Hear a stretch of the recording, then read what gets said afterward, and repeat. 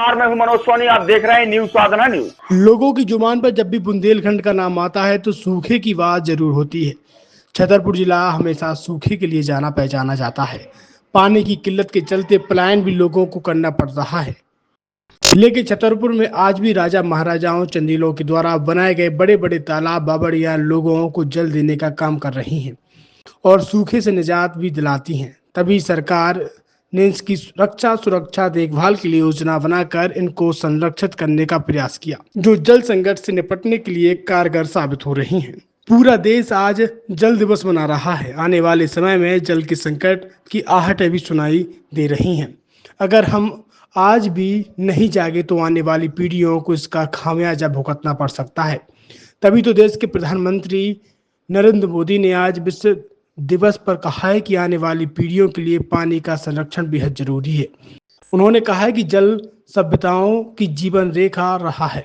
प्रधानमंत्री मोदी ने अपने एक्स पर जल संरक्षण का आह्वान करते हुए लिखा, विश्व जल दिवस पर हम जल संरक्षण और सतत विकास को बढ़ावा देने के लिए अपनी प्रतिबद्धता की पुष्टि करते हैं।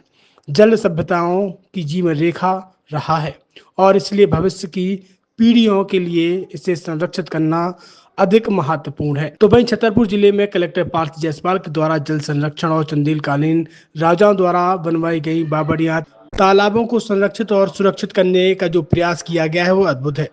चंदेलकालीन समय में जल संकट से निपटने के लिए तालाबों की भी मिसाल डिजाइन के जरिए पूरे साल पानी को लबालब रहने वाले तालाबों बावड़ियों कुओं की श्रृंखला तैयार की गई, जो आपस में एक दूसरे से जुड़ी हुई थी।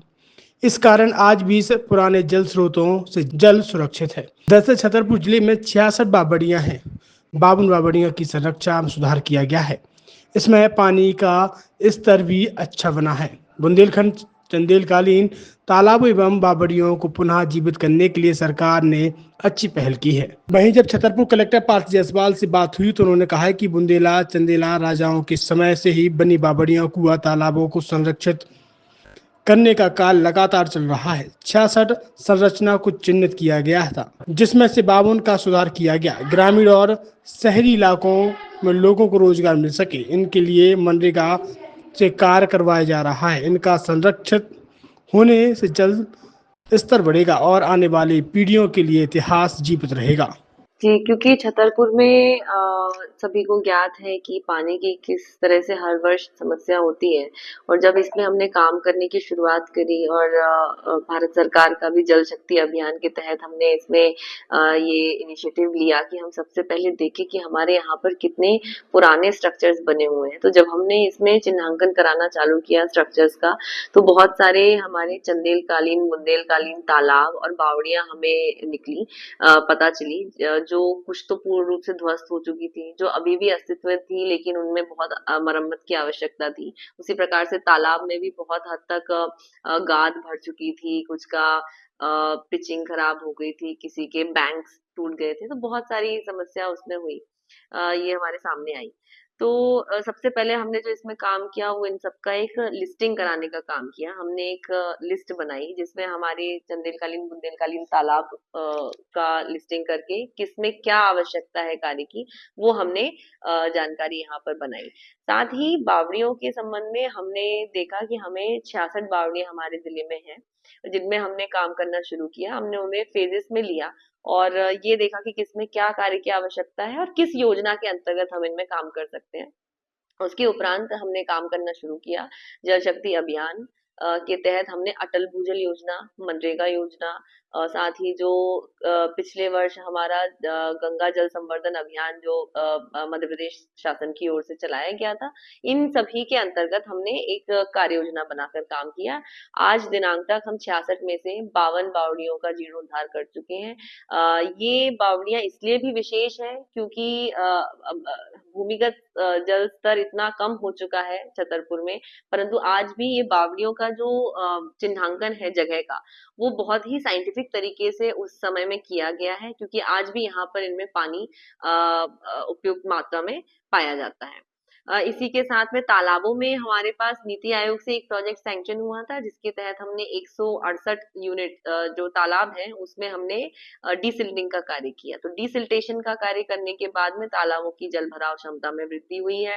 वो गाद निकाल के लोगों ने अपने खेतों में डाली, उससे फसल भी उपजाऊ हुई है। आगे भी हमारा ये प्रोजेक्ट अभी खत्म नहीं हुआ है। जो शेष हमारे तालाब बचे हुए हैं और शेष बावड़ियां हैं, उनमें हम निरंतर कार्य करते रहेंगे। छतरपुर के एमके कार डेकोरेशन ने छतरपुर जिले के लोगों को एक नई सौगात दी है। अब आपको अपनी कार में सीएनजी लगवाने के लिए कहीं भटकने की जरूरत नहीं है, न दिल्ली, न इंदौर, न झांसी। अब यह सारी किटें आपको छतरपुर में ही मिलेगी, वो भी कम दामों पर। और होनहार मिस्त्रियों के द्वारा यह किटें छतरपुर के नौगांव रोड पर एमके कार डेकोरेशन के संयुक्त प्रतिष्ठान पर लगाई जाएंगी, वो भी कम दामों पर, ज्यादा माइलेज के साथ। एमके कार सीएनजी फिटमेंट 2 कंपनियों की किटें लगाती है, गैस्टिक इटली और दूसरी मिजो कंपनी की, जिसमें BS4 पर लगभग 50,000 रुपये का खर्च आता है, तो BS6 में लगभग 60,000 रुपये का खर्च आता है। लेकिन आपको दुगने पैसे की बचत भी होती है। तो वहीं 4 घंटे में आपकी गाड़ी में सीएनजी किट कंप्लीट की जाती है। दिल्ली, इंदौर से ट्रेनिंग शुदा मैकेनिक अब आपको ये सारी सुविधाएं छतरपुर में ही उपलब्ध कराएंगे, क्योंकि अब आपको कहीं जाने की ज़रूरत नहीं है। हमारा पता है MK car decoration, MK car CNG fitment, Nowgong road, Chhatarpur. ये सीएनजी जो है ये आपको जो गाड़ियों में लगाई जाती है, तो ये आपका 2 गुना पैसा बचाती है।